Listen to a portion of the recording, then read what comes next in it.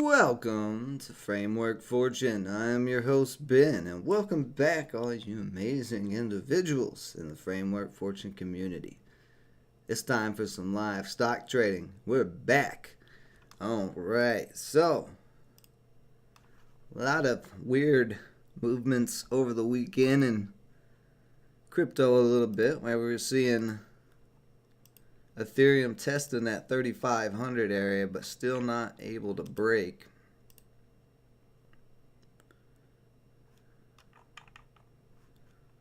Let's see. I'm just going to check all the indexes and futures real quick.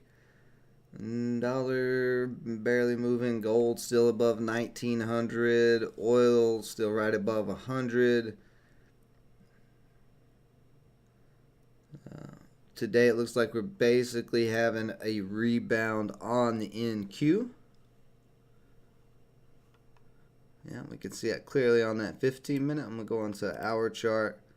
Look at some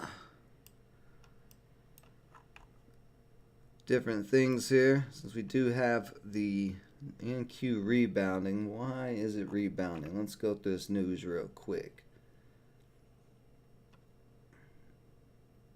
Prepare for steep rise in interest rates. That doesn't make sense. Okay. Stock futures waver. Oil prices rise with Fed. Ukraine. So we're getting a bunch of nonsense all over the news here. Twitter stock rockets. Yeah, Elon Musk took a big share size in Twitter. So we probably should check and see what Twitter's doing. It's probably on the top 10 NASDAQ gainer list. Well, maybe not. Let's see. What is this? ATAX. There's a reverse stock split, so nothing there. There it is. There's Twitter. As we know, when Elon Musk touches things, they like to skyrocket. So this is up. What's the 800 million? Pretty high float. It ripped from 39 up to 51. I don't know. We'll keep an eye on it. The thing with Elon Musk is he touches things in cryptos. They tend to skyrocket, but the crypto market is not as heavily influenced as the stock market by big money institutions and stuff. Of course, if they want to short this and try to take Elon down, they don't have enough money because he's the richest man in the world. So I'd imagine we're going to see a lot of hype on Twitter one way or another, to the downside or upside. We'll see. We'll see how the stock market reacts to Elon tweets. All right, let's see what else we got here. ATER, that had a nice pop up. No reason to pop up though, just hit a low a day, not a low of a year, I'm sorry, not too long ago. A little bit of inverse head and shoulders, shoulder there, head there, shoulder right there. But no news on that. CLRD, nothing there. BPTS, nothing there. RCAT. Sees a drone order from NATO. Okay, well, that's a military order, so RCAT could definitely get some hype. JMIA, they're delivering. Okay, they are expanding their partnership. Oh, I see. The UPS partnered with Jumia to expand its logistics services in Africa. It's below the 200. I'm not going to mess with it unless it just happens to pop up. Like nothing there. Low float watch. RVAC. Westbrook Coffee. It's a coffee stock. And they got some... Okay, they're doing a buyout deal with this SPAC. So we'll keep it on watch for... coffee though, I don't know. We'll keep it on watch just because SPACs were hot for a long time there, a while back. PLX top line results from, is this phase 3? Yeah, phase 3 successfully met primary endpoints. That is above the 200-day moving average. Actually has quite a bit of room to move up. I kind of like that play. SPI, just a little bit. Let's see, Acer, higher breakthrough. Well, you can see I dumped, so that wasn't a big deal. Guard Force, ISAA. That thing's died off there. Twitter, let's see, CLVS. CLVS still running, but gonna run in that 200 days, so I don't want nothing to do with it right now. And MULN still looking wild and crazy. Let's see, GGPI. Global Strategic Partnership to Accelerate Electric Vehicle Adoption. So that's a EV stock. That could be a mover. Wow, we've got so much news this morning, but that's on phase 2 nonsense.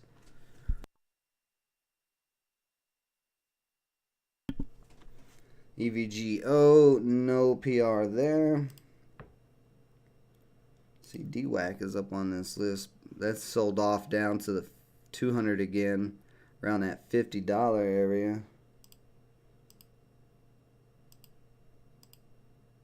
A lot of we got some oil plays in the green, IMPP, yeah, but none of them.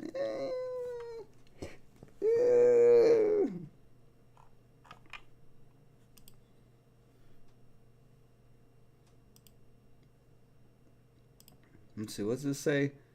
Shipping companies presenting. Okay, let's check. Let's check my old shipper list. Let's see if this old shipper list is gonna come in handy again after 3 years.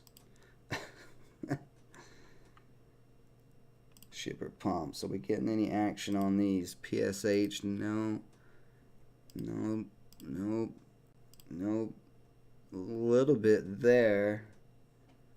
That's Nordic American tanker shipper, so that's more of an oil shipping. It's interesting. It does pay a dividend.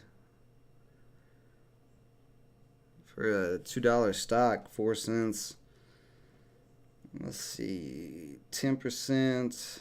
$2 would be 20 cents. So 5% would be 10 cents. And it's like a 1.5%, 2% gain, but it is a cheap stock. What's the 200 shares? I'm not going to day trade it, at least for now, but we may have to keep coming back to this list. Alright, let's see what we got up here on the watch list now and clean it out. Figure out what is the best possible play. HYMC coming down, but right on $2 testing. If $2 holds support, I actually would like HYMC for the rest of this week. And it's got the 200 day there too.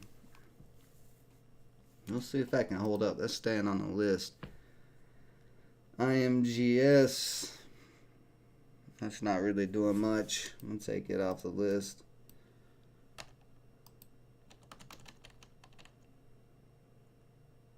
Yeah, barely any volume there. COVS, I don't like it. Like I said, BTCS back up in the 450 range. Getting a little U shape on this daily chart. FRGE, that is pulled back to the 10 day though. And take it off too. Doesn't have hardly any volume. DIDI is trash. PEGY is trash. So that leaves us with GGPI, Twitter, RCAT, RVAC, yeah, and PLX. Those phase 3.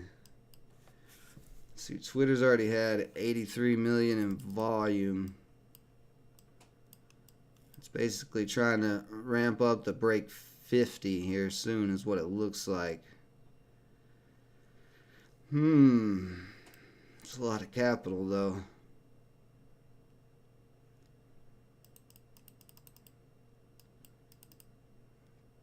10 shares would be $500. Can this thing run off of Elon's nonsense? That's the question.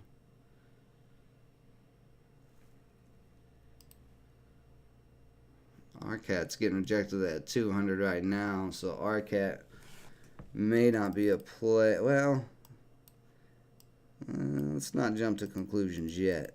It is getting rejected at the 200.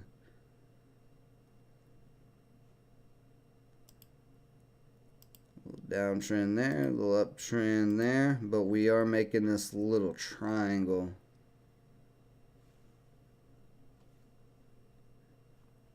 Right into that 200 because it's at what, 240? Yeah. So it just needs to break 250. It's not been able to hold above 250 yet. So we'll see if that can hold in that consolidation here. If it cracks, we'll know it's probably done for now. If not, it may have a chance, but I don't like it at the moment. RVAC, how much volume you got? 3 million? Not surprising, because this is, like I said, a coffee shop. I don't know how many people are excited about a coffee company going public through a SPAC. But we'll keep it on watch. It's just not really doing much though.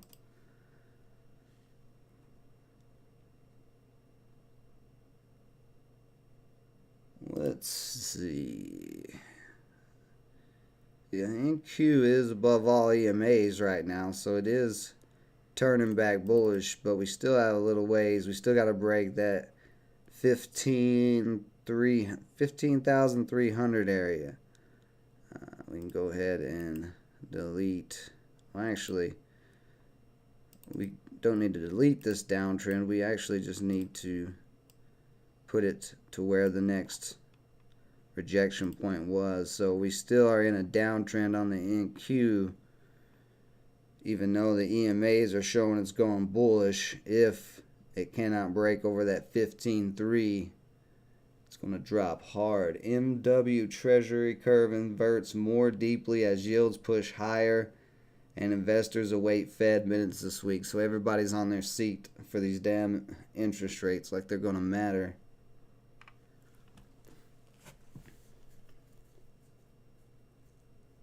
Rig. We'll take a look at Rig. Austin, how's it going, buddy? Good morning. I know Rig is a shipper. Pretty sure. Yeah, it's Transocean, yeah. Or maybe it's not a shipper. See, invest in exploration of seabed minerals to support renewable energy supply chain. Seabed minerals. What is this? Okay. They're going to be mining in the ocean, apparently.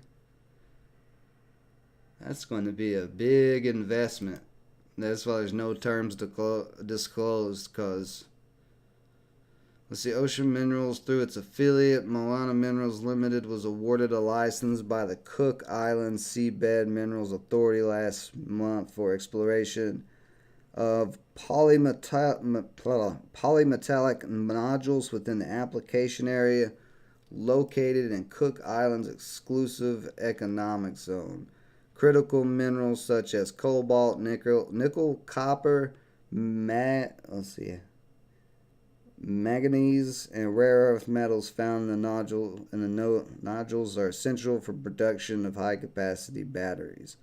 What they forgot to mention was silver, but they said it sort of. They said rare earth metals. Kind of weird. They're not going to mention the silver and the gold.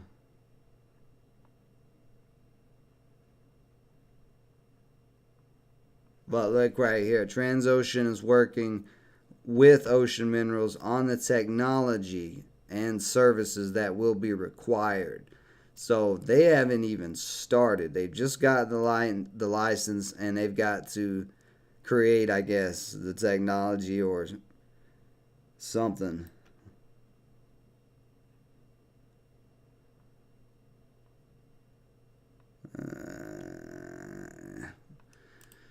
I don't know. I don't know about that PR. I don't know about that company. GGPI. This is actually starting to look pretty good here. Possibly. Let's go into a 15-minute chart and look at it. Yeah, nice little U shape right here at 13.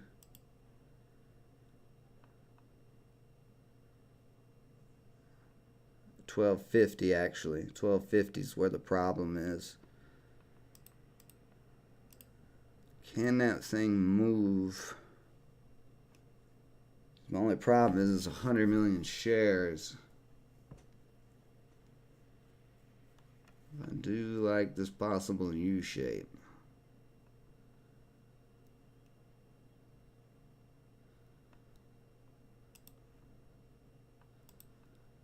All I gotta do is just draw this little uptrend.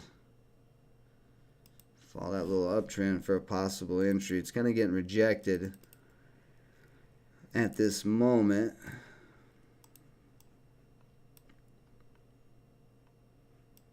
As that green candle's getting smashed down. This could start to move. I just don't know how much it would actually move. If it would rip dollars, or if it's just gonna pop $1 and be done.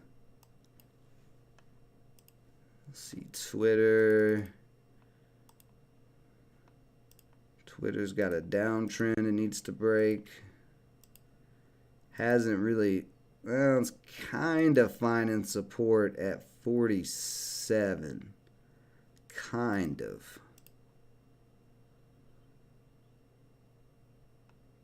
So it basically is a triangle.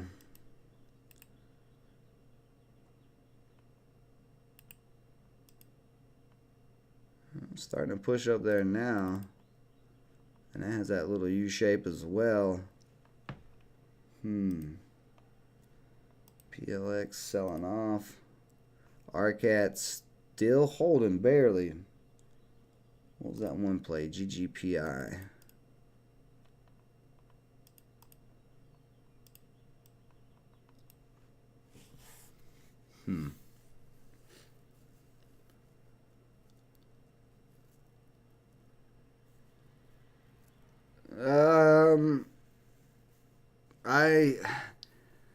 I don't know if I would go off of that, Austin, just because there was big insider buys last summer doesn't really mean anything. A lot has transpired economically since last summer. If it was a normal type of market where we didn't have all this uncertainty amongst all markets and inflation and all of that, then I would say, yeah, maybe you could look back at a year ago at RIG and say, hey, there was some big institutional buyers, but by now they could have gotten out.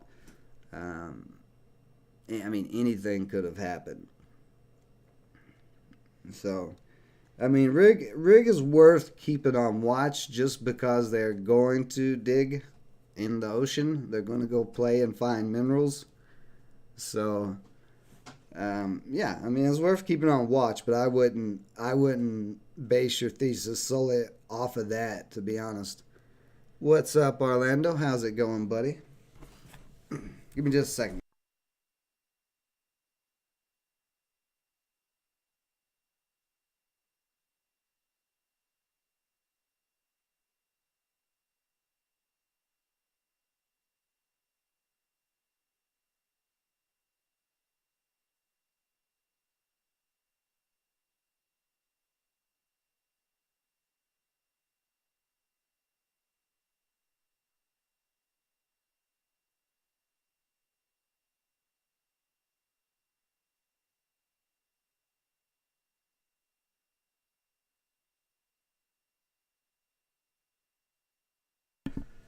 Sorry guys, I'm still getting over this bug, so you know. Then the bug is not too pleasant when you're getting rid of everything. I do like this uptrend. PLX is on. Got a nice little channel.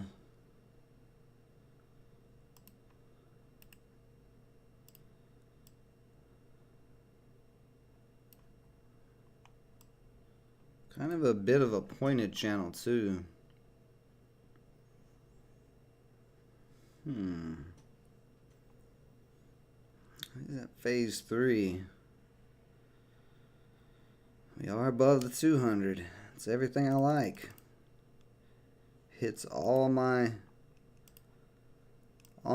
requirements. It's a little higher flow. Let's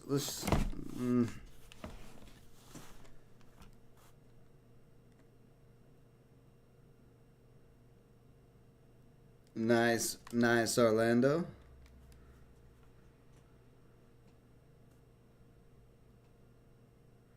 Now, you know, it being a $2 stock, I don't think it's going to run dollars.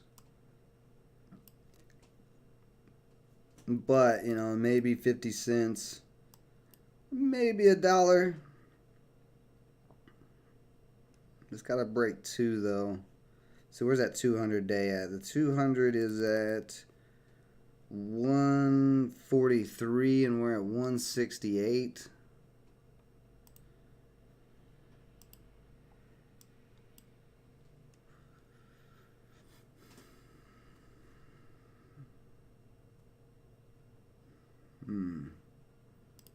Twitter is starting to break that downtrend, testing 50.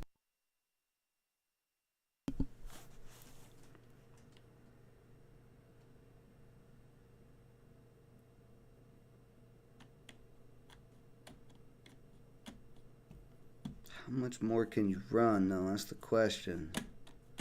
See, what I'm trying to figure out, is it worth it for the capital to invest in Twitter on a small account? You know, like, is this going to be able to run $10? Because, you know, if you get 5 shares, that's $250. And if it runs $10, that's, you know, $50. But if Twitter just pops around and moves a couple of dollars more or something, it ain't going to really be worth it. And also, I really don't want to get involved in Elon Musk's nonsense.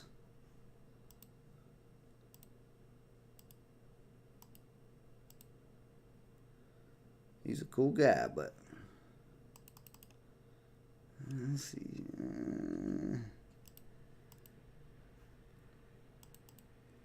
See, Arcat's still a possible play too. Take rig off my watch there.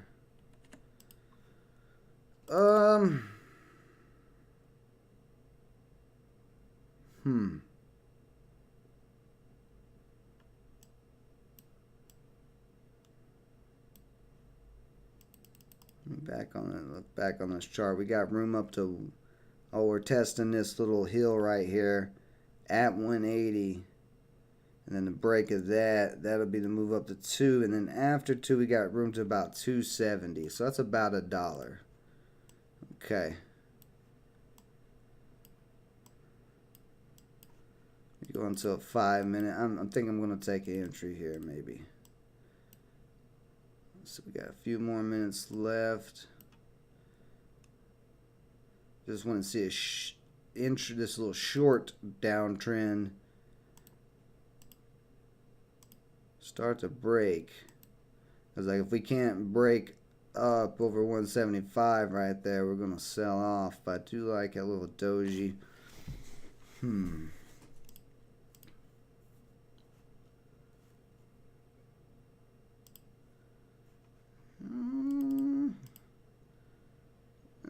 GPI is starting to come alive a little bit.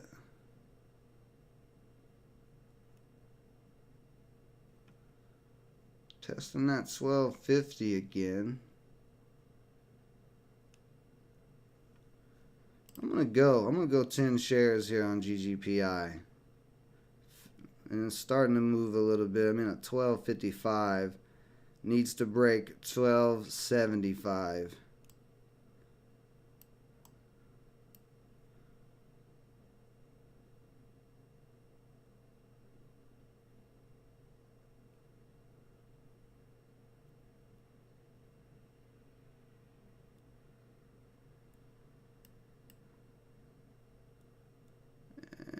I'm gonna put that stop loss. There's support right under 12.21. So I'm gonna go ahead and put my stop loss in there. About 12.19. And risk about $3. Risk about $3 on this trade. Now I am still interested in PLX though, so I may go on it too. Just don't know yet.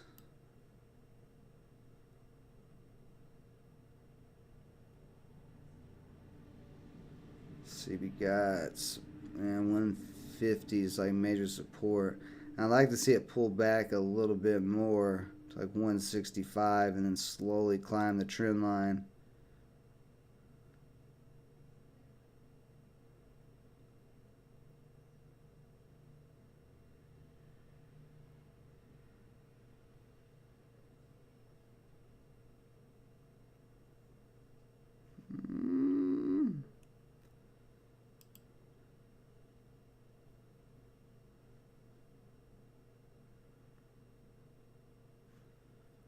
Although if I got it here at 160, if I got it at 170, I could risk about 7 cents. Pretty low risk trade.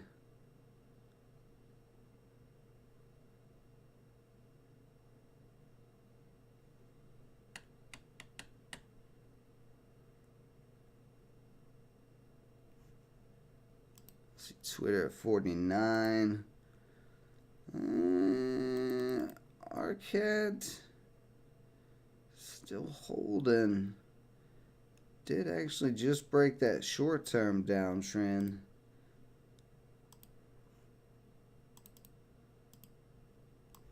But, you know, it's fighting with the 200 where PLX is above the 200. I'm starting to get a little wonky here. I mean, it's 173.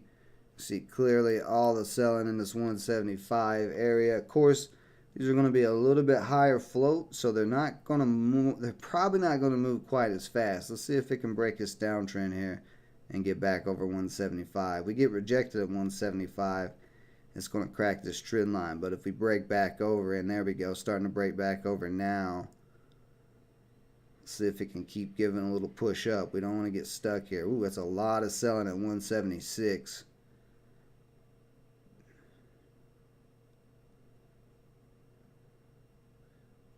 Let's see if this big guy, there you go, he's got taken out. I was going to say it's a big order. Still quite a bit of orders there, but buying volume is pecking at it. Buyers are pecking.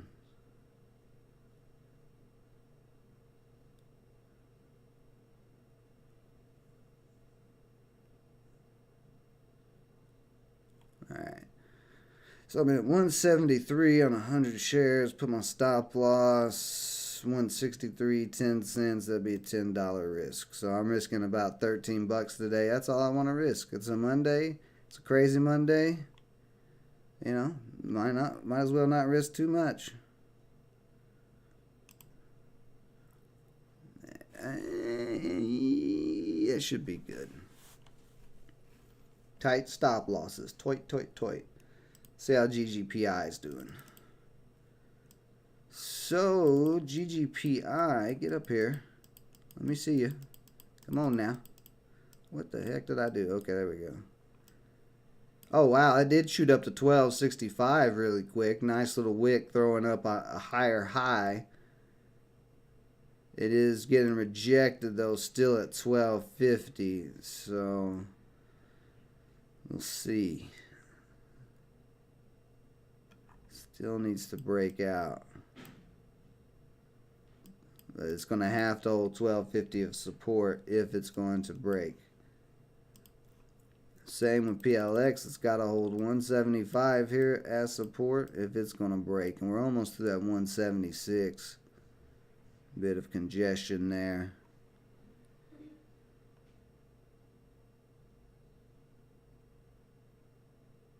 There we go. There we go. Very nice. We can get rid of this short-term downtrend. Little push to 180 so far. That's what I like to see.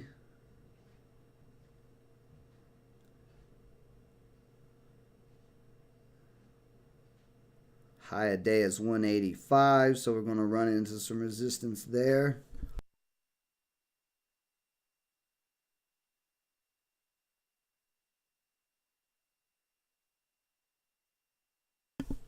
All right. Need to make a new high a day here. We don't want to get rejected at the new high a day.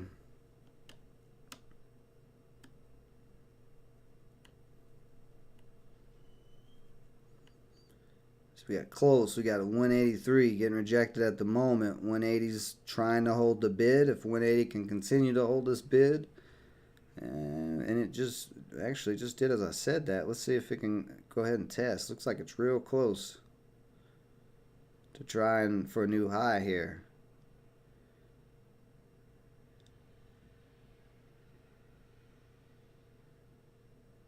And here we go.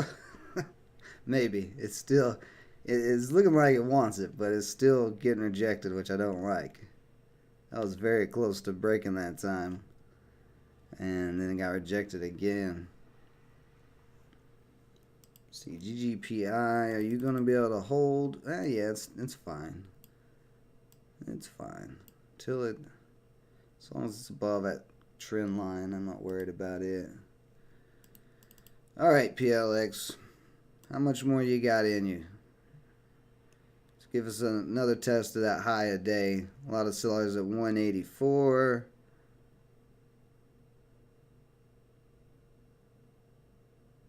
Can they get taken out? Yep, they're getting taken out. We're going to test 185 in just a second. Oh, maybe not. Again, another rejection.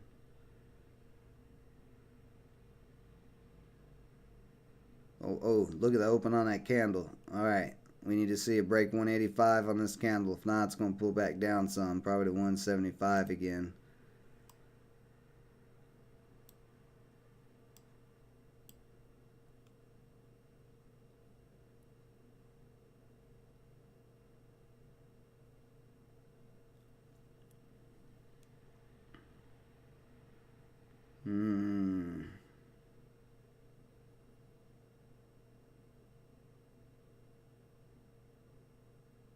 We do have increasing buying volume on the last three candles.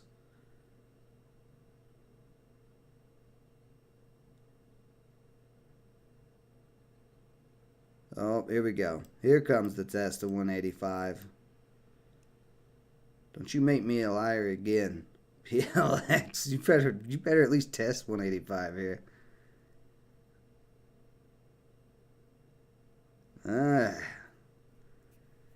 184 holding again as resistance. Still got buyers holding up the 180 as support.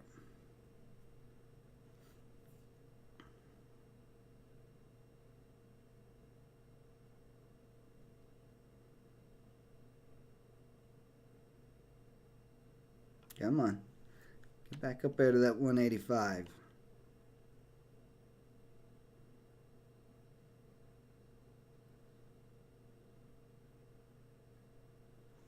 See anything else moving?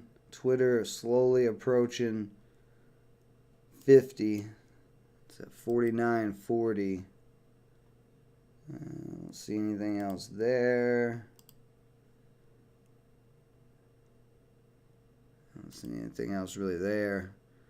Alright, there we go. Now we're going to test 185. There we go. Took a while.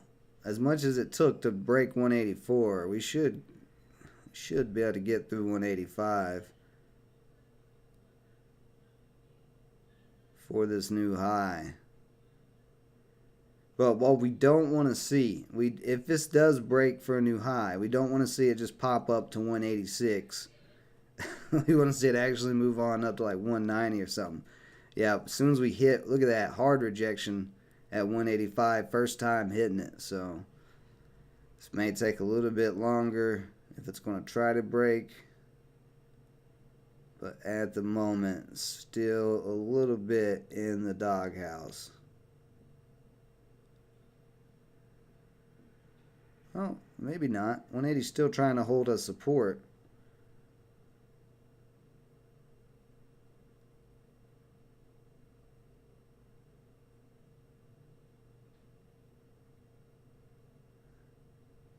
Getting some ass stacking, but not that many at 180. See a lot more orders on the bid side than the ask side. Well, buyers are starting to lose.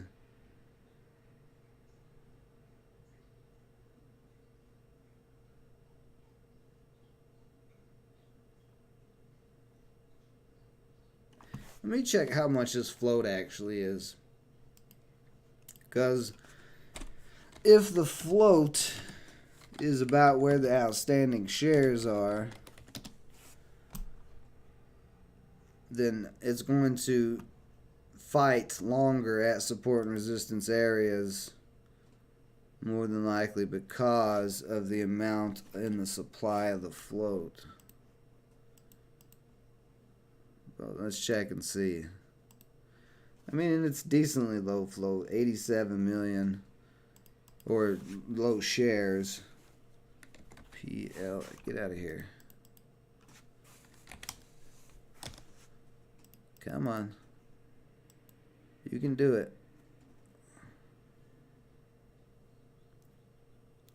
Let's see, GPI still in that same area. We are holding up 180. So that's decent so far. As long as we're holding that up, it's not too bad. Let's see statistics.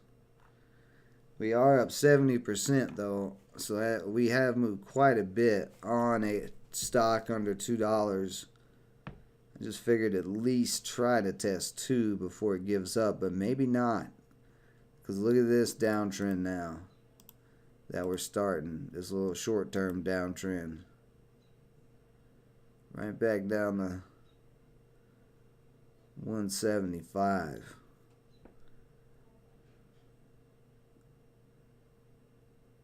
Is the NQ dumping or anything? No, the NQ's holding up. I think we're going to be alright here on PLX with the NQ holding up. Yeah, it's right back over 180. Alright, let's see the float. Oh, actually, float's pretty low. So we got 36 million in float, which is half of the outstanding shares. And then there is 17% held by insiders, only 7% held by institutions. We got 4 million shares short. So that's 9% of the short, or 9% of the float is short. That's not too bad. It's not a ton of shorting. I don't think it's going to lead to any crazy short squeeze or anything, but looks like we're going to move our way on up here. Good evening, Lori Lee. How are you?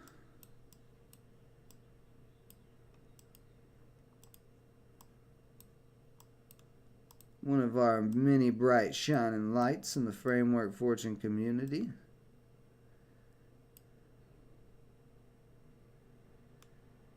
Oh yeah, here we go. Another test of 185 coming up here. No, nowhere near as much pressure at 184 this time. The ash size orders are a lot smaller.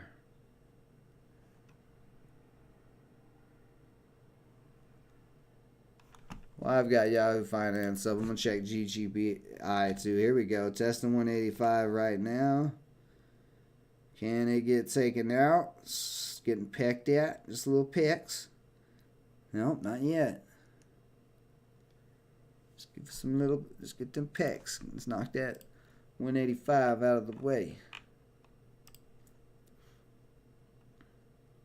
Pecs, pecking.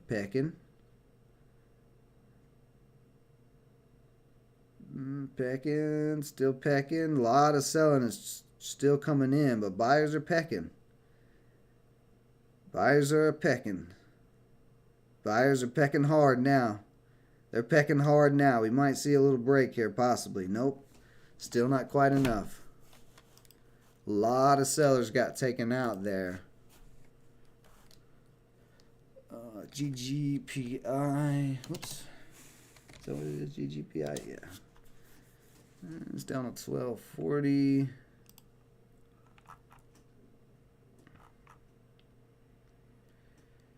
GGPI is 80 million in float, so a little higher float.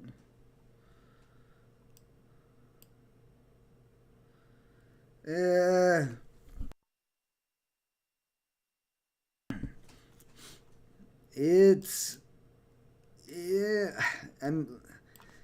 It looks good. I don't want to say it looks solid because we are up, 60-70% on a $1.50 stock, and the stock was only $1 yesterday. So, we're up almost really 75 cents on the stock, which is pretty high. That's a pretty big movement, that small of a time frame for this cheap of a stock. However, it does fit all my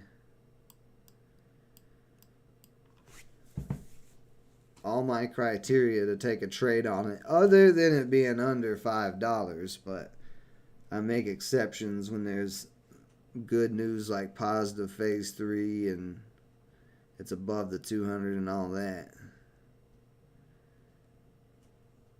But I'm concerned with this downtrend. The fact we could not break a new high, and we should have broke a new high right there up to 198 to the top of the trend line.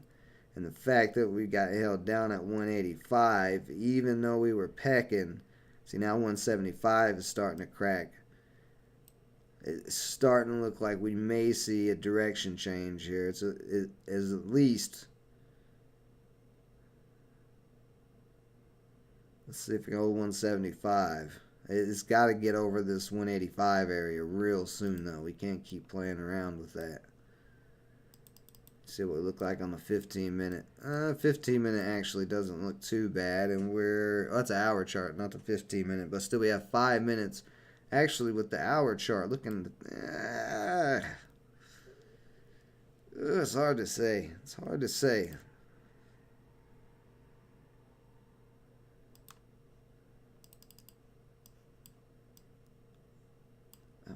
I'm trying to just press 15 minutes. Thank you.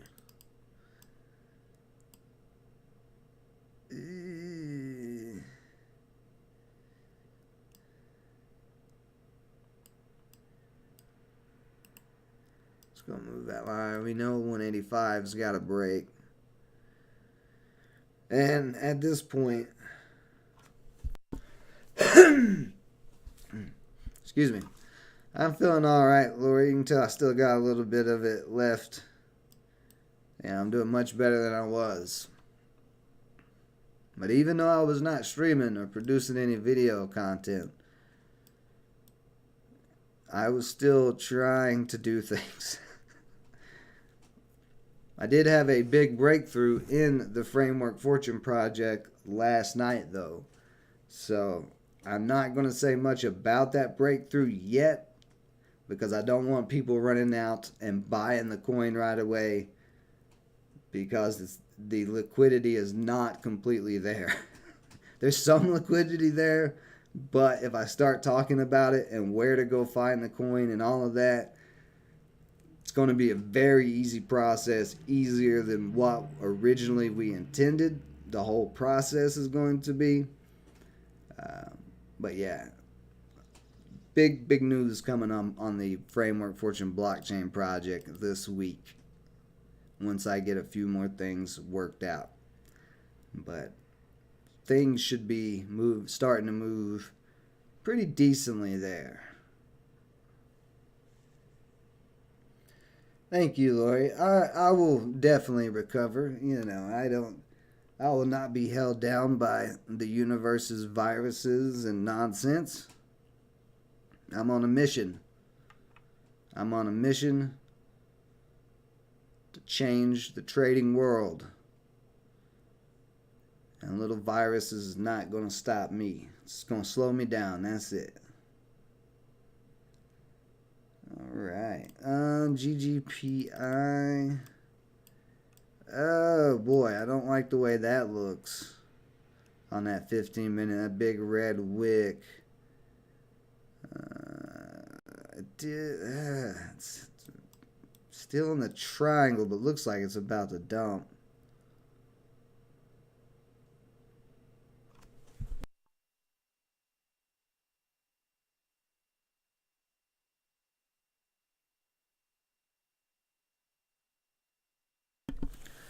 Baba.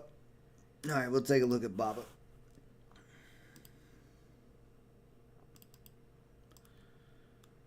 PLX is still trying to hold in there. I just don't know. The fact it did not hit that higher high is really concerning.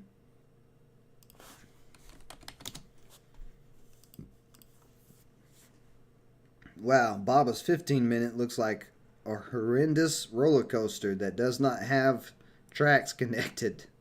Looks like a horror ride on that 15-minute chart. Okay. Let's see. What did you say? Baba setting a quadruple top. Let me see. Why am I looking at the daily up there? Let me put that on the hour.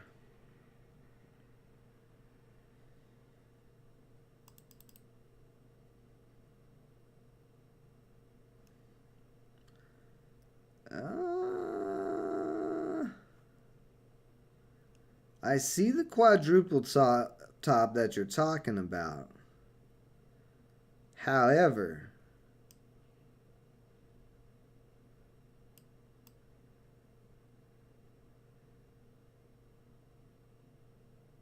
today it's trying to push up. If it can break 125, let's see where it has room to.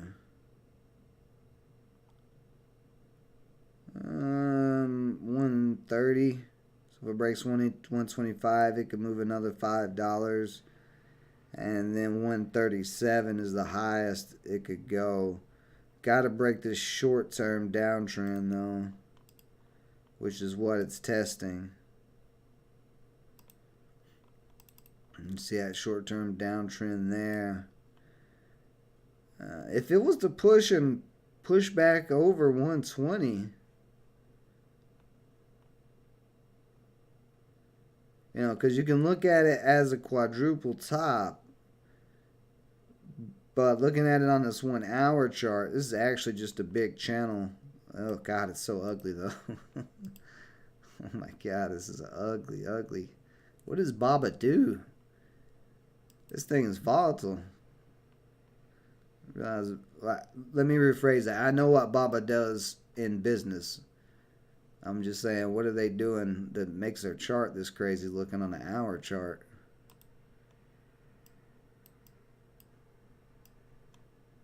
But basically, it's just in this channel of consolidation. It's hard to say. It's mainly rebounding because the stock market is rebounding.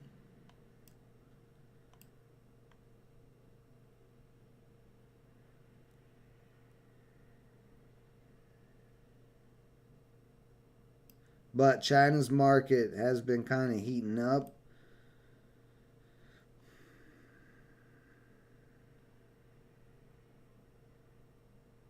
I don't know. In this till it makes a move one way or the other out of this consolidation over the last 10, 15 days, like 2 weeks it looks like. then it's not going to go one way or the other. Like, it's trying to break out of the top, but if it gets rejected here, it's going to drop to the bottom again.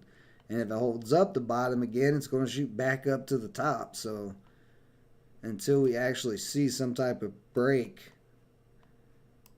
you're just in pure consolidation right now.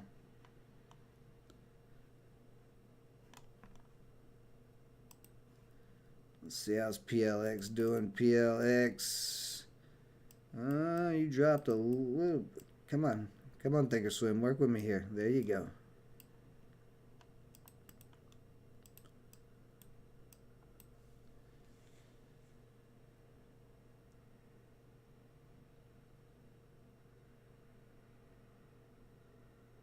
Well, you guys know how I feel about margin, so um,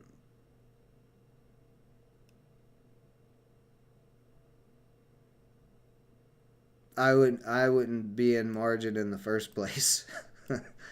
So I think that take that as you will, but that's just how I feel about it. GGPI coming back up a little bit, still testing that 1250. I'm alright. I'm alright. Both of these plays, they're not super low float, but they're low float enough that they can move, and they're both holding up so far. In their consolidations being more upward than anything at the moment. And I'm only risking, like I said, $10 on this play and $3 on GGPI. So I'm risking a total of $13 here. And I like both plays that I'm in. They just need to break, which may be the NQ that needs to break to push them. Yeah, because look at, okay, so here's what's happening. The NQ having this rebound, but this rebound was after that big sell-off all the way down last Friday. Well, actually, it was that Thursday. I think that was Thursday. Yeah, Thursday. And it started rebounding Friday, and it's pushed up. But we're running into that downtrend again. Like I was saying earlier in the stream, the NQ needs to break up over 15.3 to really be back. Really no, 15.5. 15.5 is where the next support line is at. I'm going to draw this out so we can remember it. Where's that 15.5 at? Let me get a correct line. Let me get a straight line. Come on. So looking at that daily chart, I know there's a lot of lines on there at the moment. What are these lines down here? Oh, those are the support lines I had drawn. Well, I'm going to take that one out. That one, it's not necessary. But there was a shoulder here, and then it held as support through here. So we actually got to break all the way up over this line for the NASDAQ, for the stock market to be back bullish. We'll see. We'll see what happens today. Looking very interesting. PLX. Let's see. This is the hour chart. So we got a whole hour. All we need to see is this candle just push up over 185, and this thing will shoot up to 2. That's all we need to see. It's so close. You can see on the hour, it's just smacking right into it.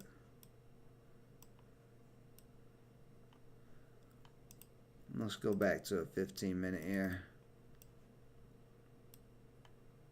It actually may get it, possibly building a higher low right there at 173.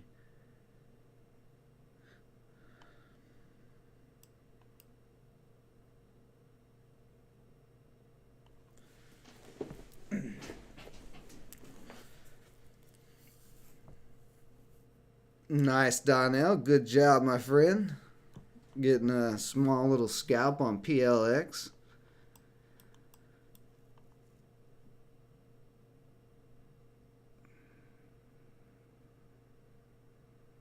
Okay, we're pushing back over 180 now and still see some bigger orders on the ask size here, on the sell size side.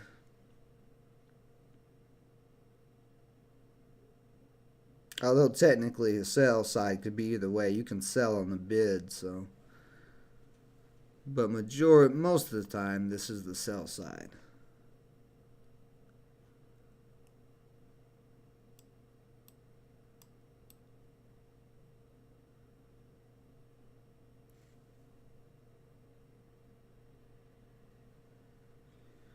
Can you get that pop up? Well, while that's going on, let me look at a few of these scanners, see if anything else has popped up at all. Not seeing anything on the low floats. Don't see much there. Twitter, see, this is what I was talking about with Twitter. You know, it's a higher price stock, 50 something dollars, higher float. Uh, you know, right there, that little bounce, it moved, what, $3 so far, and it's getting rejected again at 50. Actually, fix the trend line, should be more like that.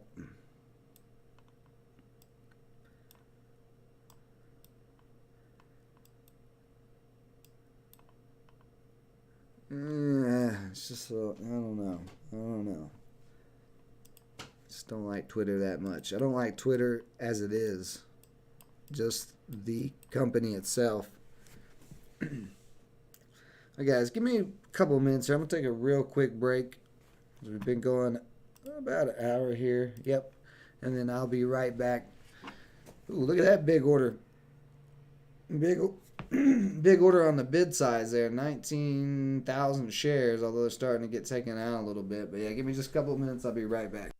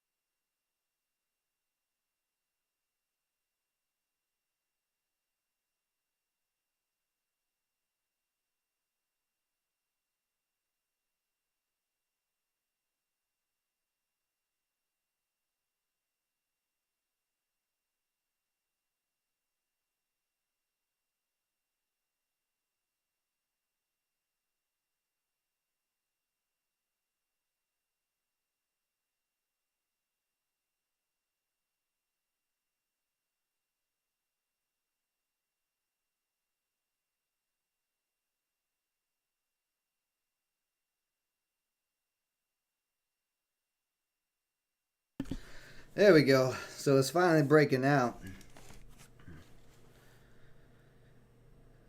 At least up to $2. Should get on up there. I don't see why we wouldn't. But we might get held up at $2. See the NQ.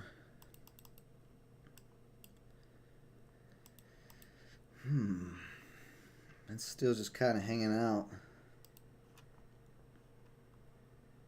See, Twitter's still not able to even touch 50 yet.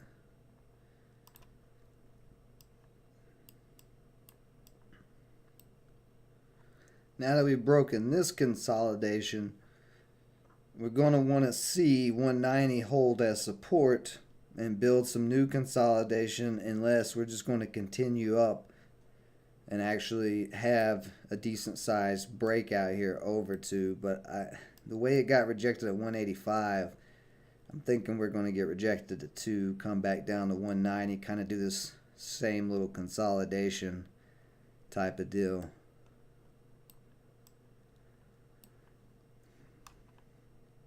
Let's see, GGPI. You have gotten really light on volume. That triangle is done, but it's not dropping still. Still holding right under that 1250. That's alright. As long as it's holding there.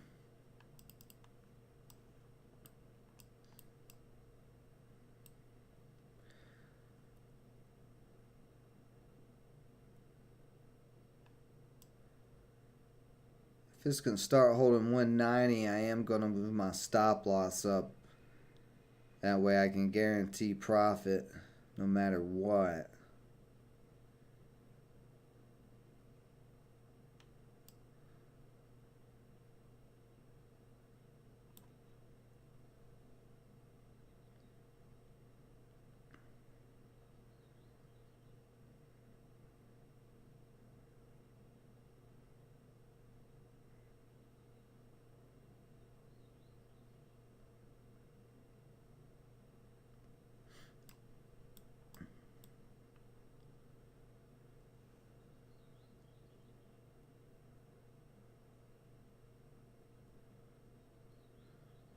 Alright, new high at 193. 193. Nope, that held up at that new high.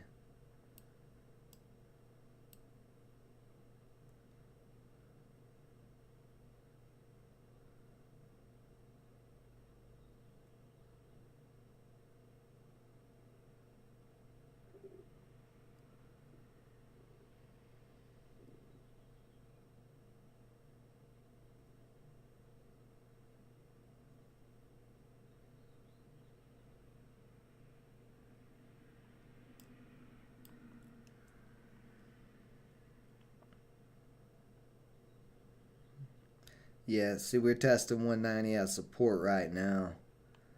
190 is trying to build, so we need to see big orders start building there. We've got some decent size orders. You see how quick they got taken out. Bids continuing to try to stack. But we need to see the bigger orders.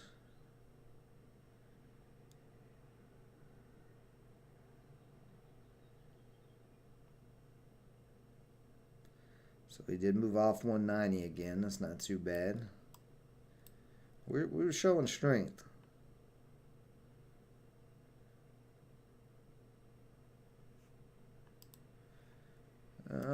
GGPI.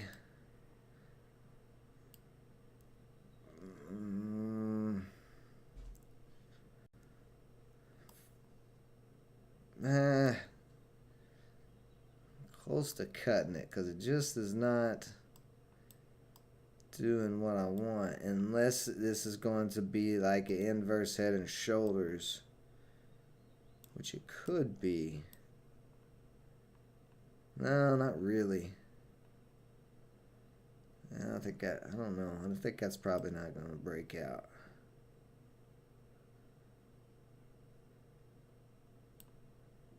See, my stop's at 1220. So I got room there. We'll see. 1225 can hold up. Then it might start to curl back up. But PLX is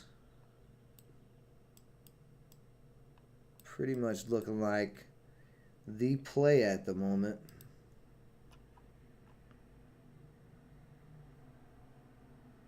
There we go. New high at 194.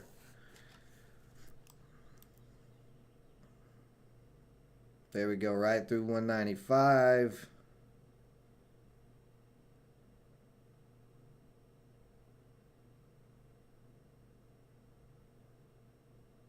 Yeah, we're about to test 2 here in just a second.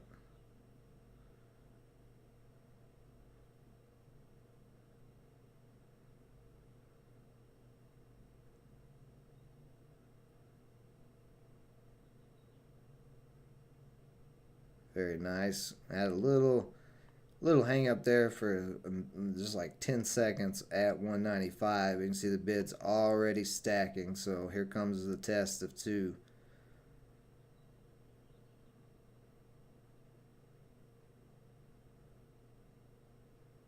Let's see if we can actually get a break over 2 on this, or if it's just going to slam right off of that. And we might get it could get up to 205 before it slams down off of the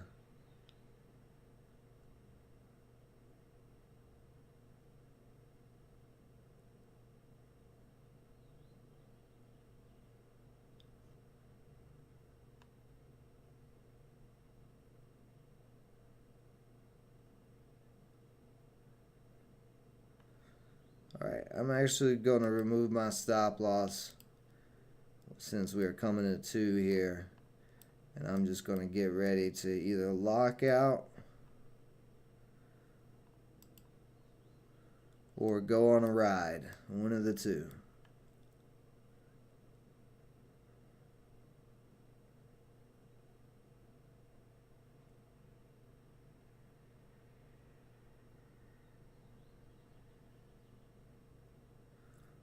Hard rejection there.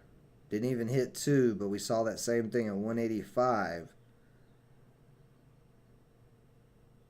Where it took a few minutes. Alright, let's see if these 199s get taken out. Yep, a big chunk of them just got taken out. Barely any left. Too close to the ask. We need to see that 2 on the ask.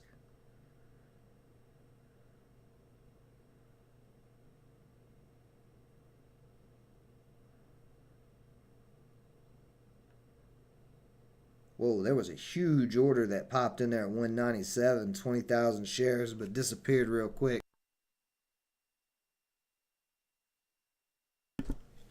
HH raid incoming. Yeah, HH just finishing his stream at 2:30. Oh, we did just hit $2 there. I did not see. It must have happened while I looked at the chat there. Here we go. Testing 2.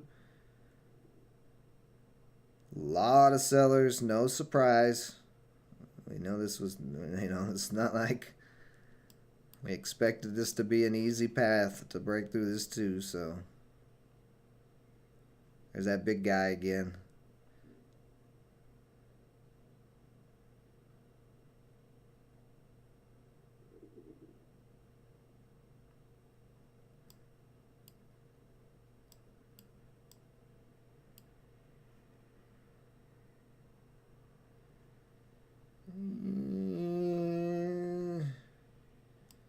Let's lock out a little bit up here at 2.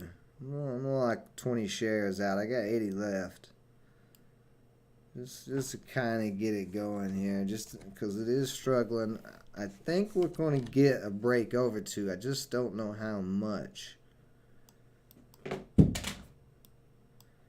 Because looking at all the candles of today, even in pre-market, they're all about the same size.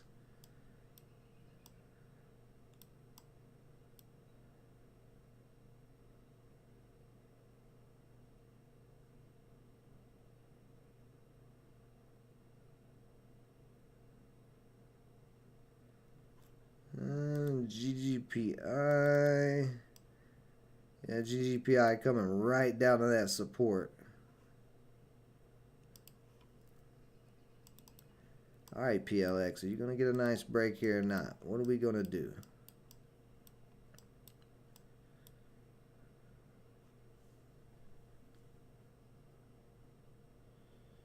Good morning, Daniel B.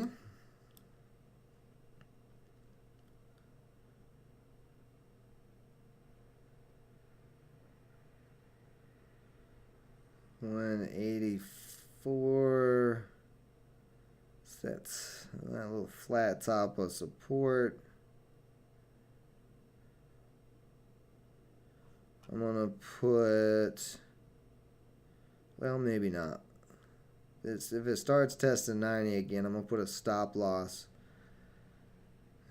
at 183 to guarantee my profit. Well, you know what? Just in case it dips hard, I'm gonna go ahead and do it. Oh no, maybe a little bit lower. Maybe like 182. Oh, hold on a second. We're coming back up to 2.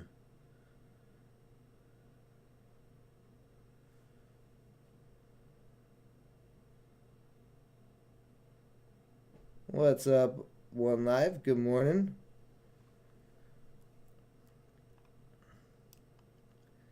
Thank you for that plug, Orlando.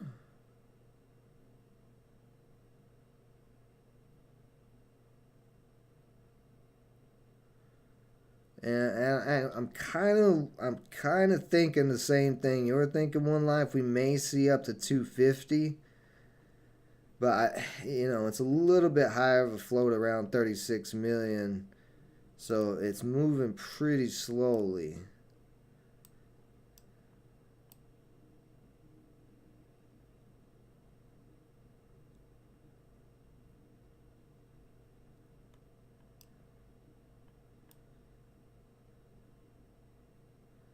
We've got pretty good upward momentum.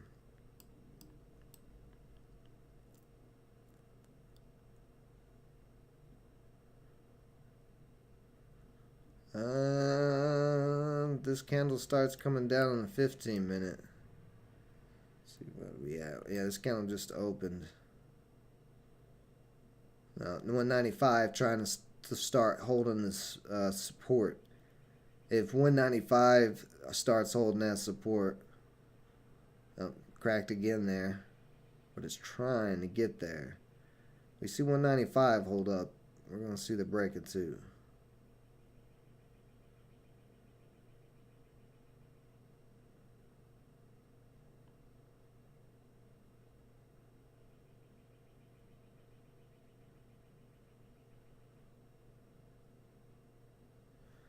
GGPI volume has just died completely off of there.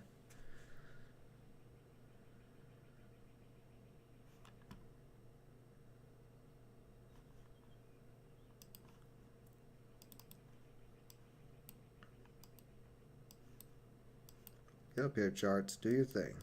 There we go.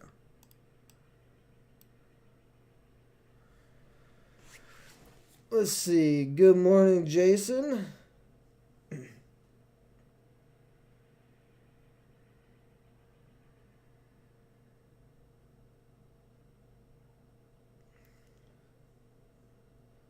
You've been on PDT for 3 months thanks to AMC. What do you...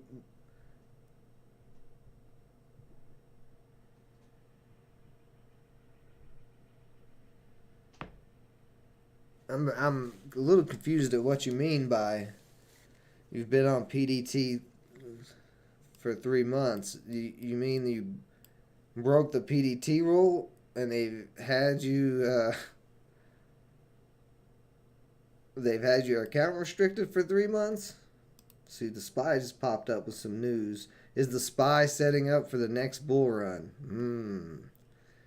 Let's see, we got some news on some other stuff. U.S. sees repositioning of 2/3 of Russia's forces from Kiev, mini consolidating in Belarus.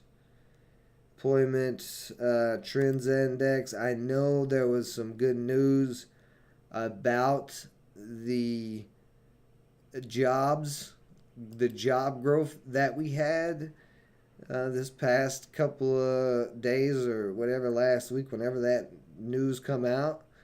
But if you looked closely at that job growth, all the job growth was majority retail and restaurant, which are, of course, low paying jobs. So when we're trying to get out of debt, I did to get stopped out on GPI there. It actually, let's see, for how much was that loss? Couldn't have been much. Yeah, $3.60, so I'm not worried about that.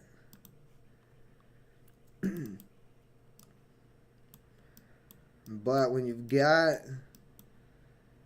job growth, or like I was saying, to help with the debt and all that, taxing the job growth of low paying jobs like that is not going to do anything but hurt, because we have a consumer economy, and those retail and restaurant workers rely on consumers to pay their paychecks, especially waitresses and waiters, because they work for tips, unfortunately. Well, I don't want to say unfortunately. I've seen, in my experience in the restaurant industry, depending on the restaurant, I've seen some waiters and waitresses that pull in $400 or $500 a night in tips. But that's more of in a tourist town, whereas like a local restaurant, where you don't have millions of people coming through all year, they're not going to make no $400, $500 in tips a night.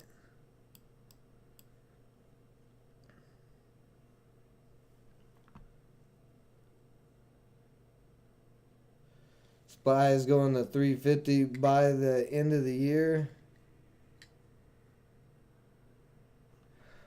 Oh, I get. Okay, maybe that's what he was saying, Orlando. I got it. If that's what he was saying, I get it. Yeah, yeah. Guessing it has been above 25K. Um, SPY going. Yeah, one life saying the SPY going to 350 by the end of the year. I don't know if you're. I don't know if you're being serious or not. But if you're being serious, I'm glad you finally have come around and started to agree with me.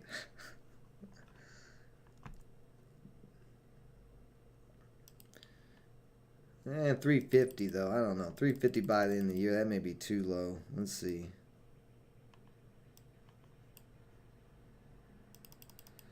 So with all this inflation and stuff, it's not going to be a fast decline of a super fast decline of our economy. It's going to be a slow death.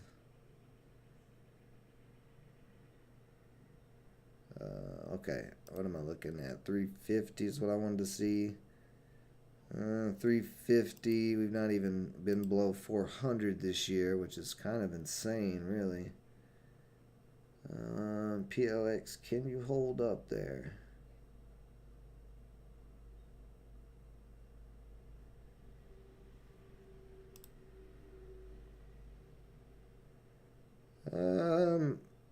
Yeah, 350 would be where the 200 is and where those peaks are. So I'm guessing that you may be being serious, One Life, because that's pretty accurate of where it should drop to, at least. I mean, the uptrend is right around, yeah, the uptrend and the 200 both right around 350. Whether it cracks below that or not, we'll see. I think the Feds are going to reverse course, as I've been saying. I think we're going to see them stop trying to raise interest rates because it's not going to work. And then they're going to go back to printing more money. So, if that's the case, we could see another possible inflated market run, but the more money they print, the more destable the dollar becomes. And it's pretty damn unstable right now. It's very unstable right now.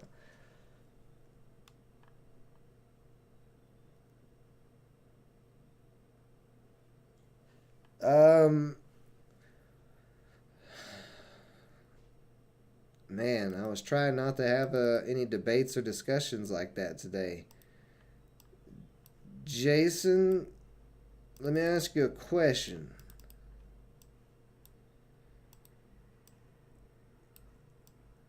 Why do you think? Well, let me ask you this question. What is your entry, your average entry on AMC, and what price do you think it's going to go to?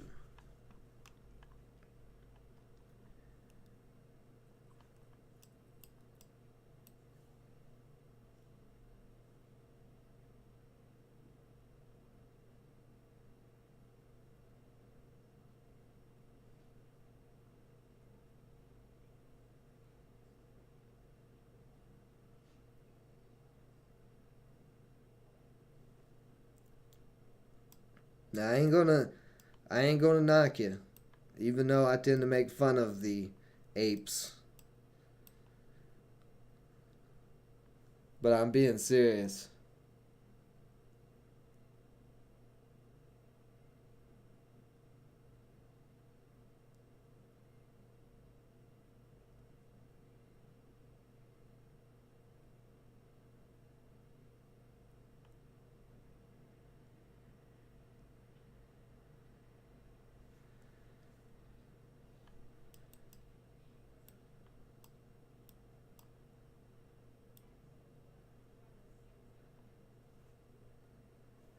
95% is what Orlando's pointing out is the amount of capital you have in one stock.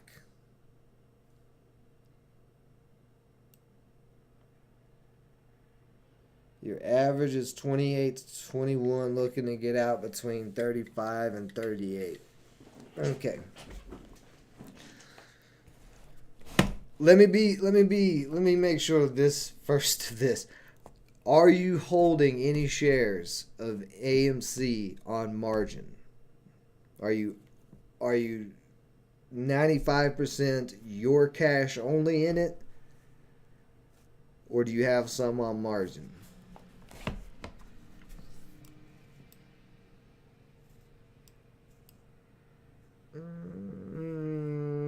Still getting rejected there. I'm gonna put my stop loss back in. Like I said, we're gonna put it. Let's put it like 181, and maybe a little too tight. I'm gonna put it right below that little nipple, right there, right below that little 180 nipple. It could crack down to the bottom of the trend line, and could end up being done, but I'm gonna at least be green on the day, whether it be a small green day or not. It will be green regardless. Okay, good. I'm glad you're not on margin for that AMC trade. Let's go look at AMC here.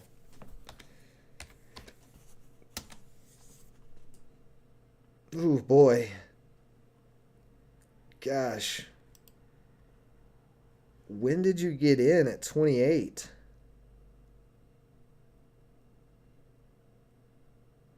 Did you just get in this at 28? No, you couldn't have, because you said you've been buying it and averaged down, so you had to get in up here somewhere. Your original entry had to have been, I'm guessing, somewhere in this 36, 35 area.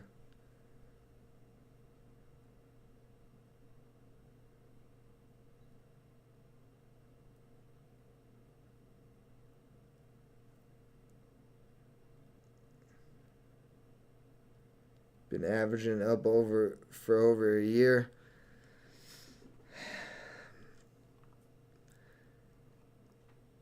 Have you made any profits off of AMC or GameStop since you got into the market?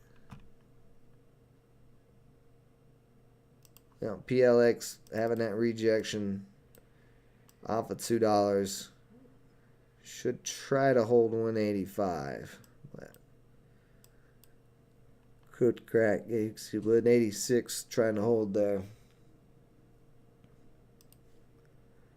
See RCAT, that gave up. What about that RVAC? That's not doing anything either. That's that coffee SPAC. That's what I was saying. Coffee, like, who cares? There's so many coffee companies. Nobody cares about no coffee company going public with a SPAC.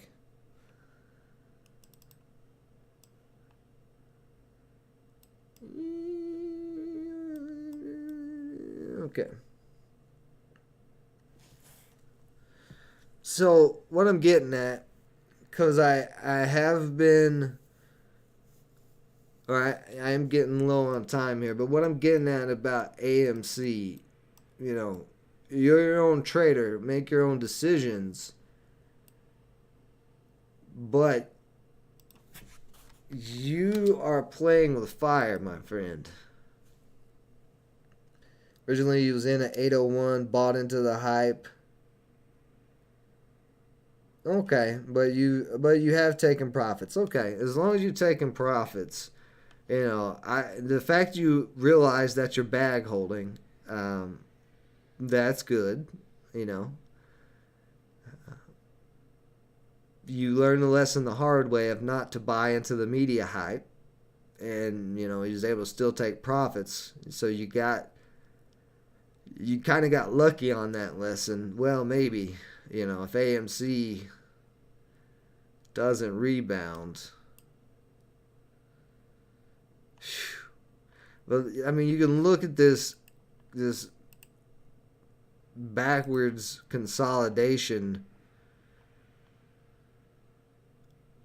where it's still downtrending. So the fact it got rejected at about 35, it has pulled back to 23, but it's back below this 200-day moving average. So if it can't hold around that 23 to 25 area, it's going to pull back probably to 15. So until it breaks this here, this is your channel. This is your sloping channel downwards. Until it can break up to the upside out of this channel, AMC will continue down this channel. Now, of course, to Austin's point, AMC is a garbage movie theater company, but AMC did raise a lot of money during that time, and still raising money. We could, with the investment into the mining company, the HYMC, which I think is a better play to look at than AMC is, you know, there's a possibility, okay? There's a possibility maybe that AMC can turn it around in the future. GameStop is going into the NFT space. They're coming onto the Immutable X platform, a layer 2 on Ethereum. If you follow me on the crypto channel, I'm all over Immutable X platform. So if these companies can take this opportunity and take all that money that they raised, all that capital that they raised from those massive shoot-ups from the original short squeezes, they could turn it around. You know, with GameStop being more in the NFT space, I think it probably would have more potential, because HYMC is still just a junior miner and it's not going to be putting out that much gold and silver unless they are ready to really start nailing it. And even then, you know, AMC is only going to own some shares in HYMC. So HYMC doesn't pay a dividend, so they're not going to really get any flowing revenue from HYMC. They're only going to be getting the price of the stock moving up.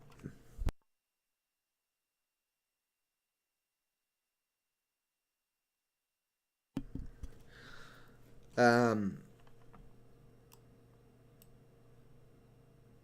Personally, that's just my analysis of the two companies. I've had more analysis. Literally, I put a video out when that GameStop hype started happening, where I was telling everybody to leave it alone and go to cryptos. It's on this channel. You can find it. You'd have to go back probably to January of last year, or was that 2020 when it all started? Let's see. I can see right here. I think that was last year. So that's my analysis. They're very risky plays because they are garbage companies. Their CEOs suck balls, but maybe they can turn it around. We'll see. My personal opinion on AMC and GameStop is I wouldn't touch them with Daniel B's money, and I certainly would not be 95% of my account into it. Man, you've got to have I mean, I don't really want to talk about another man's balls on live stream and how big they are, but it's 2022 and it sounds like you got some big balls, which coincidentally means you can also go win in the swimming Olympics. If you in the females yeah, I can't even get it out.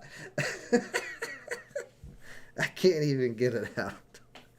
I'm just gonna leave it alone. I think you guys might have known where I was going with that joke, but all right. Let's see.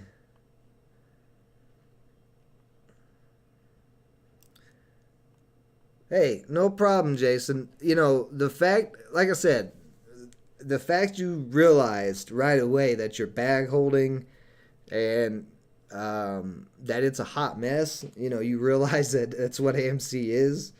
You were new to the market, so you've been jumping in there and all of that. At least you're aware. You're not delusional. Most apes are completely delusional. They have on jet fuel glasses with Musk right under the bridge of the glasses so they can continue to smell that.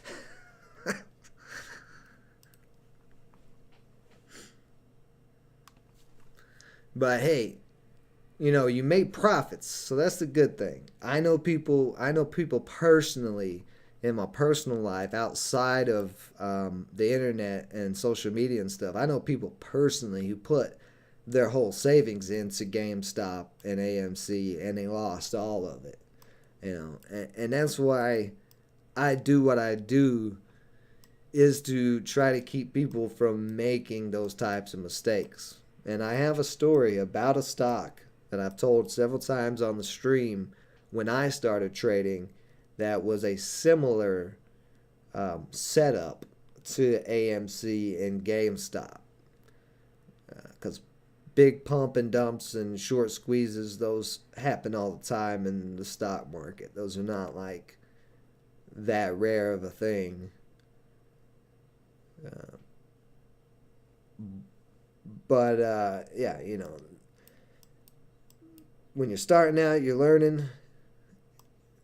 Take the lessons. As I always say, if you take a loss, don't look at it as a failure. Look at it as you paid for a lesson. So don't waste the money that you paid for that lesson by not learning the lesson.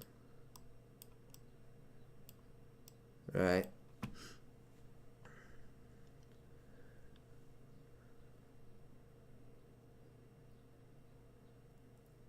Orlando Potts. No, it wasn't. it actually wasn't really a pot. Um, I did really well when I got in the market, when I started trading in the pot stock hype, because I actually got into the pot stocks before the hype came in. That was a whole reason why I'm here today, was because I saw something. Like, I've always known about the stock market and stuff, but I saw something that was like, and buy or invest in marijuana stocks now. And that's as everything was starting to get legalized. And I was like, oh, well, that's a $1 million, probably $1 billion market that's been in the black market forever. Now we're going to see some money, some actual companies making money off of it instead of in, the black market.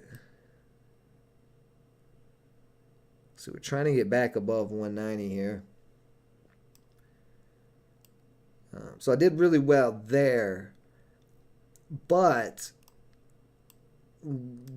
I took the trade I was talking about was on a lighting stock, LED. This is the stock. I still have the shares of LED too. Yeah, I still got them. I've had these shares for like 6 years now, I think, at this point, or 4 years, 5 years, something. I don't even know. I don't know how long I've held them. It's not even one to pull up. Looks like it's dead now. You can see a little bit on the daily chart there. Yeah, it's down to like 0. Like, they're an OTC stock, so it costs more in commission, because thinkorswim, you have to pay for commissions on OTC buys and sells. But it would cost me, you can see right there, I'm down 151 on it. That's my whole investment, 3,000 at 5 cents. And that whole 151 is just gone. But it costs more in commissions to sell it than it's worth. So I just have to keep holding it. There's nothing I can do about it. I just got this trash bag stock forever now. So that's why you don't want to get into these situations where it's a hype play. This play was hyped up. It was on Facebook. They had a Facebook group similar to Wall Street Bets. We're talking 6 years before Wall Street Bets or any of that. And the main guy of the group was pushing LEDs, going to get all these deals with these new lights that they're putting out, these LED lights for growing plants. So, I mean, it kind of was a pot stock, but not really. Because they weren't buying anything like warehouses or land for farming or none of that. It was just mainly they were going to sell lighting. So I bought into that stupid little hype, and it cost me $150. And since that lesson only cost me $150, since then, I haven't lost any positions to where they've went to absolutely 0. So, but there's nothing, when you're new to the market, it's easy to get caught up in all the flashing lights and the social media, the Lambos, and all of that.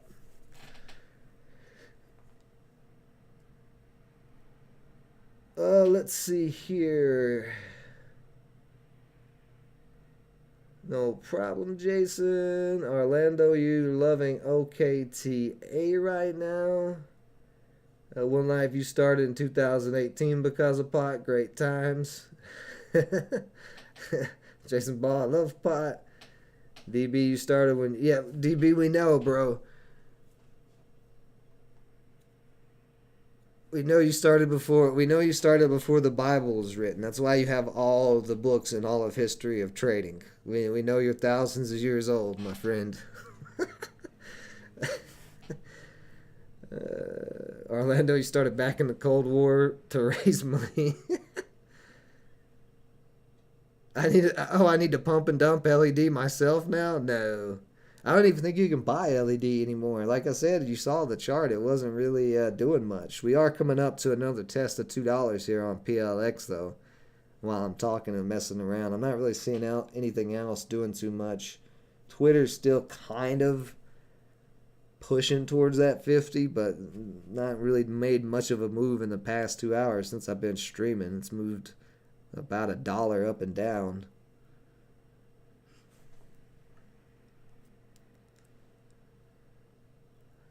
Snot Rocket Man. Let's see, we got two of you. Snot Rocket Man. Don't buy the dip on LED. Don't. There's no dip. If it, when they go to zero, they usually don't come back up. It usually is just where they lie and die in the OTC markets. You can go to OTC markets and filter them by lowest price, and you'll see a massive graveyard of companies that have died. Their stock is just completely turned to zero. As far as SNDL, you like their products, but the company is messed up still. Yeah, as Sundial has not been one of my favorites. Our moderator for Framework Fortune, Lauren, she is not around here.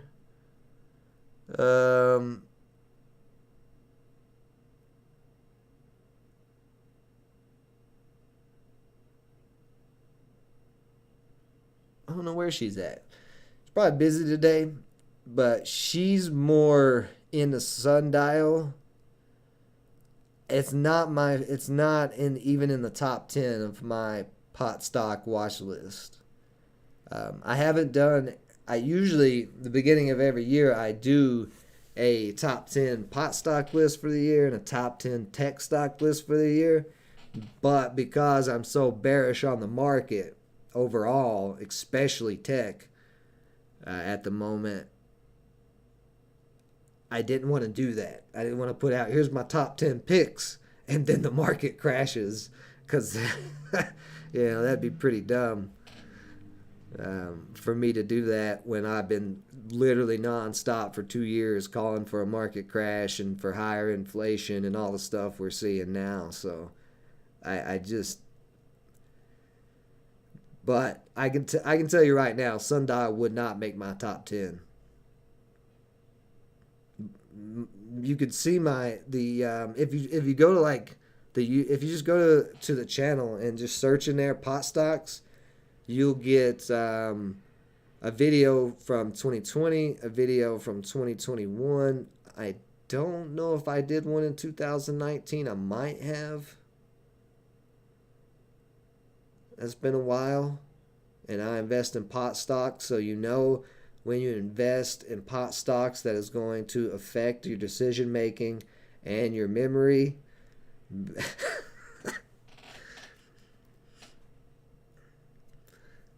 But yeah, Sundial is just not on my list. It's just not. There's too many other good companies. Like Planet 13 has been, I've got multiple videos on the channel. I call Planet 13 back when it was under $1 and on the OTC markets. Now Planet 13 is listed on the NASDAQ around 262. Was all the way up at 7 something. So Planet 13 is on my list. IIPR is probably top 3. Now it is a little bit higher price, but IIPR is not exactly a pot stock. It is a REIT. It's a real estate investment trust, and they buy land and warehouses from pot companies that are garbage like Sundial, and then they rent the property back out to the company. So their business model has been ungodly profitable, and before 2020, I got in this thing. I rode this thing up to, what was it? I think it was right in here when I finally sold it. But I got in after that COVID dip and just rode it all the way up there, collecting these fat dividends because it pays very nice dividends quarterly, about 150 to 175. But with a business model like that, they don't have any products. They don't have to sell the weed. They don't have to do anything. All they got to do is just wait for one of these mini businesses that is about to fail, and they can swoop in and save that business from failing and then make revenue off of them renting out their own property basically back to them. Like, it's a genius business model. And that's why you see this stock has just went ballistic since it came out on the Nasdaq. I don't know if I would like to see the market crash to get back in IAPR a lot lower, but I don't know. It's so bullish. It just has not slowed down. And that COVID dip, you can see even in the COVID dip, as soon as it got under 50, it got bought right back up. So that's another one. Planet 13. Chronos. Kron. This one was one that this was number one on my watch for last year. Main reason is because Altria, ticker symbol MO, which owns all the cigarettes, Marlboro, all those different brands and stuff like that, made a major investment into Kron a while back. So when legalization comes, I believe Marlboro will be pulling marijuana from Kronos, or from Kron. Is it Kronos? Forget what its name is. But anyway, I think they're going to be pulling that marijuana from there to make Marlboro weed cigarettes and all of that stuff. So I don't know if I would put it number one on my list now anymore. After its kind of weak performance last year and not a lot happening with it. But it would probably still be in my top 10 if the market, doesn't crash. We just got this. And the thing is, all the pot stocks are on downtrends pretty much. This is a sector that had a very hot movement a couple of years ago, but since then has been pretty much dead. So it's one that I'm keeping a close eye on because it is dead. If the market was to start crashing, maybe money would come into pot stocks. And we do have this bill.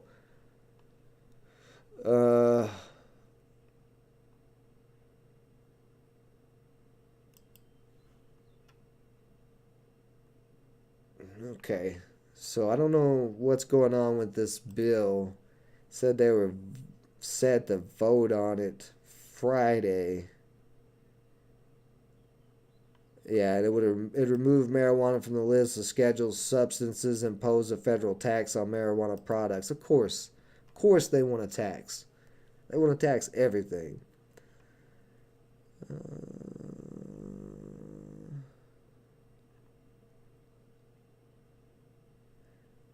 36 states. 36 states has some form of legal marijuana now. That is over.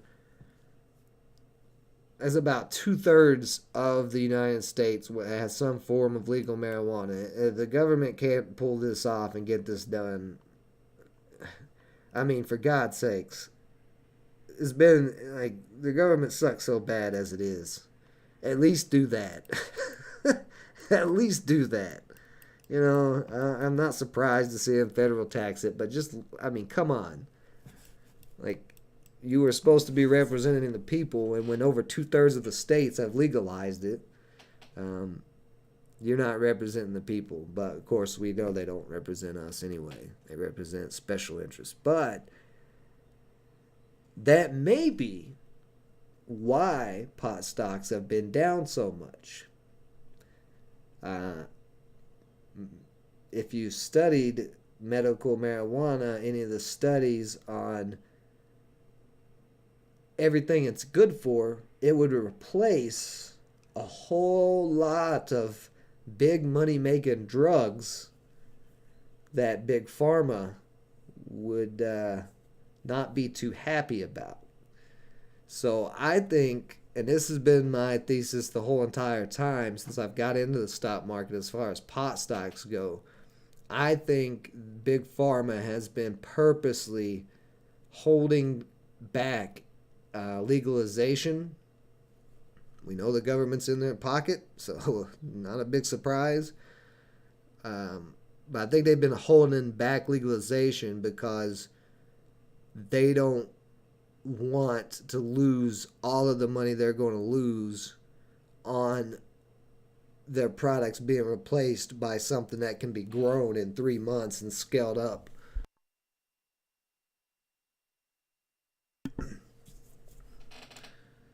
Let's see here.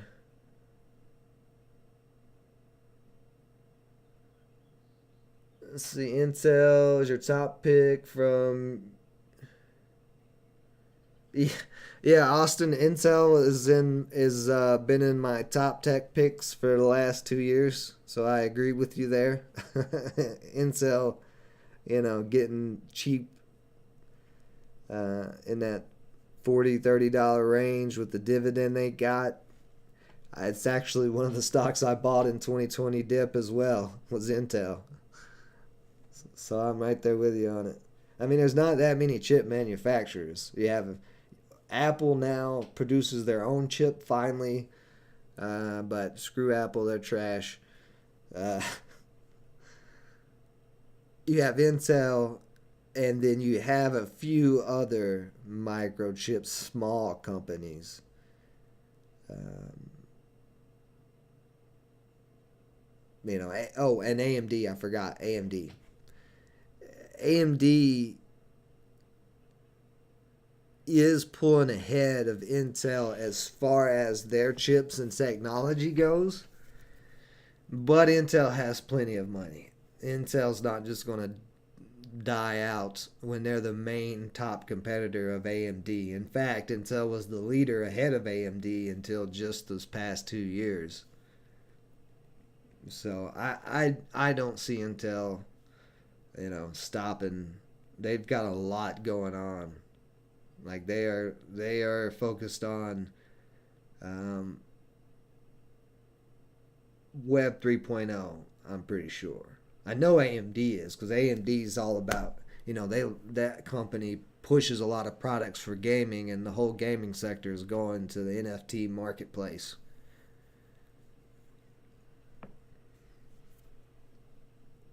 So Intel probably is not going to probably not going to gear towards the gamer marketplace, as they normally don't. But I think we'll see Intel working with blockchain solutions for businesses, things like that. Like I just found a project last night that streamlines if you're a business, it streamlines all your payments, all your incoming revenues and outgoing revenues, tax reports, all of that, but not for US dollar, strictly for cryptocurrency. So that's the type of thing I think we're going to see Intel go towards. That and probably DeFi. Them gearing towards DeFi would be a good idea.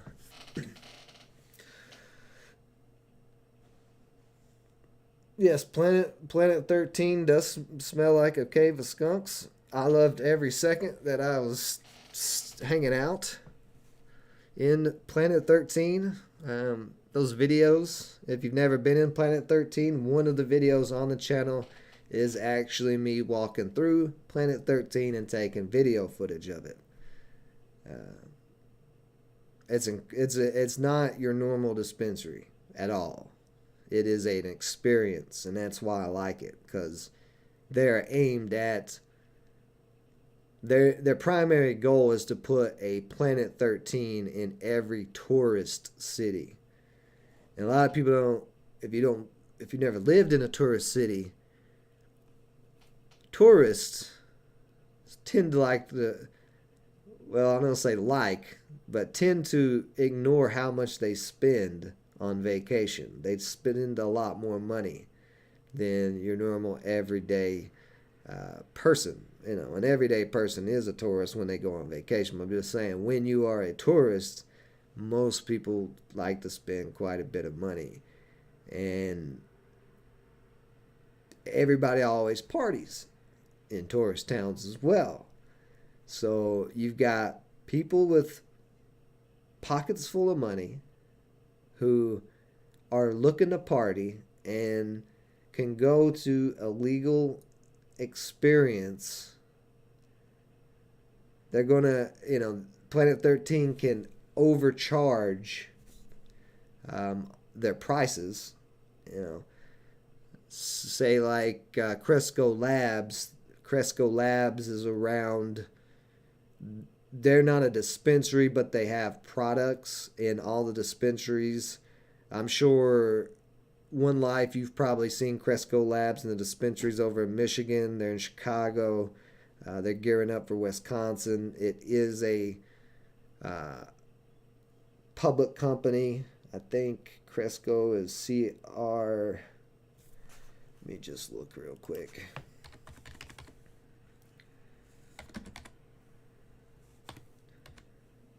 It's an OTC stock. Let's see. Cresco Labs. There it is. Yeah, CRLBF.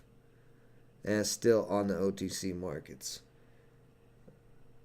But like Cresco Labs is only going to be able to charge so much for their product, say in some non-touristy town, or just say like a college town. A college town, college students, they don't have that much money, but they're going to be you probably using every dollar they can to buy pot.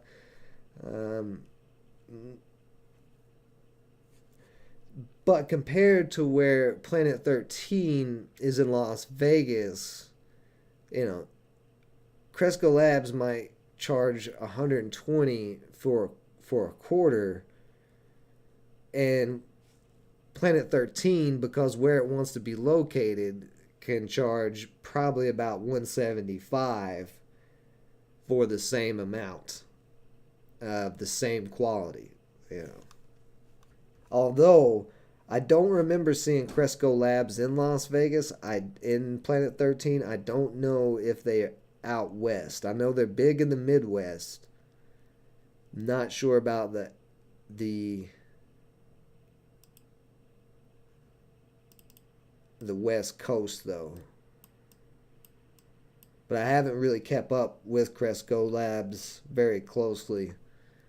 Just because it is on the OTC markets. I want to see them uplist to the NASDAQ. I think it's a pretty solid company. They have very solid products. I saw some reviews on. So, let's see. Can I say experience without smiling? I don't know. Experience. Does it make you automatically smile? Or do I don't know what you're getting at. I feel like this is a setup. Alright, I'm going to move my stop loss up a little bit more here. As we're consolidating right on this trend line. You can see flat bottoms right around 186. That one little nipple wick down there at 184. So I'm just going to move my stop loss up to 183.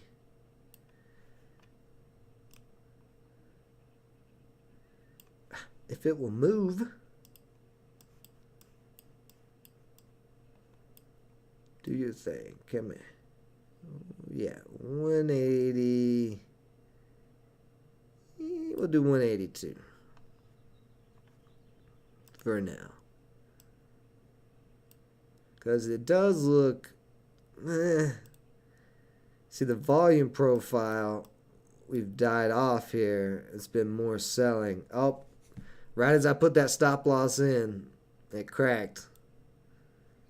I don't know if I might have got market makered out there or not, but either way, $12 win, $3 loss on GGPI. So small green day on a Monday for $9.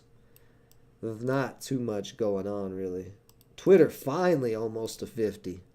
This is why I didn't want to trade Twitter, because I just knew that float, even with the whole Elon thing, is just going to take a long time for this thing to move.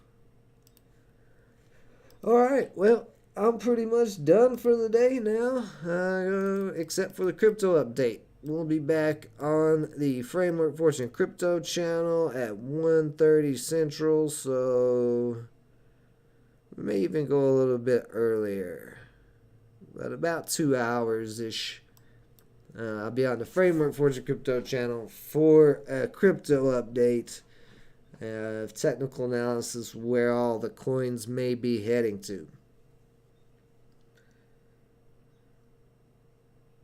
Oh, yeah, but that's because it did bring back some great memories in, Planet 13, man.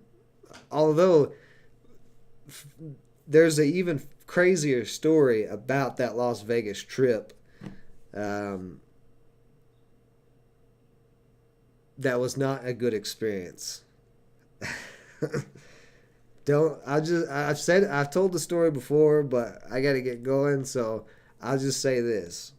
If you're going to rent an Airbnb in a major tourist town like Las Vegas or a major big city or maybe even small cities, I don't know, but if you're going to rent an Airbnb, make sure it has some ratings. Preferably 5-star ratings. Quite a bit. If it has no ratings, don't do it. Just don't do it. Alright, guys. That's it for me today. I'm going to, like I said, be back here in just a little bit on the crypto channel. If you haven't yet, go check out frameworkfortune.com. I am adding stuff to it constantly. Frameworkfortune.com will be the go-to for everybody. If you've not come over yet and checked it out, you click on the stock market tab. We got some great stuff over here. Got built-in charts from TradingView. Got the Trader Toolbox. I did add the BAM SEC to check for shelf registrations and other filings for stocks. So these resources, tabs on the stock market and crypto tab will continue to get built out. I added some more kind of personal reviews about the crypto apps that I have used on here with their pros and cons. So as I'm continuing to build it out, and HH is continuing to build it out, we are going to be adding more and more information. And then, of course, if you have not checked out the Framework Fortune blockchain, as I said very early in the stream, a lot of you wasn't in here yet. I made some very big progress on the Framework Fortune project over this weekend. But those details will be coming out later this week. It is too early for me to release those details because if those details hit public, then it could cause issues right away. Simply because, without saying too much, Framework Fortune coin is live right now. If you know where to find it, you can buy Framework Fortune coin right this second.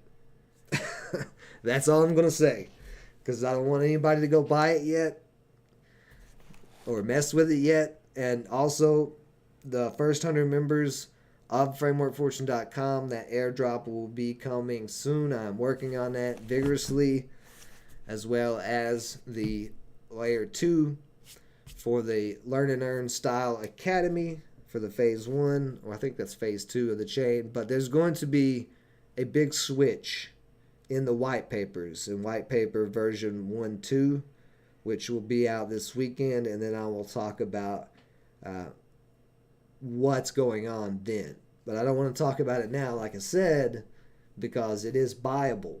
It is in a liquidity pool. And I don't want anybody to go and buy the liquidity pool because there's not that much liquidity yet in it. And if anybody was to go buy all those tokens, it would skyrocket the price of Framework Fortune coin. And I don't want to do that. Not that way. I want to do it the right way and build value behind the coin. So, like I said, that very big news coming out on that by the end of the week. So if you haven't yet checked it out, and although we have hit the limit for airdrops for the first 100 members of the website, we are still wide open for the first 100 members of the Discord. So if you haven't joined the Discord yet, go to the website, sign up with your email for free, join the Discord, and then you will be getting an airdrop there. And then there's going to be other airdrops and things as we move forward, but that's just where we're at right now. All right, guys. Appreciate everybody joining me as always. Stay safe out there. Until next time. This is war with the enemy. Think that it was meant to be. Living in a time where disease is on every screen. I won't let them fester me. I know most are festering. Negativity is a plague for the mentally.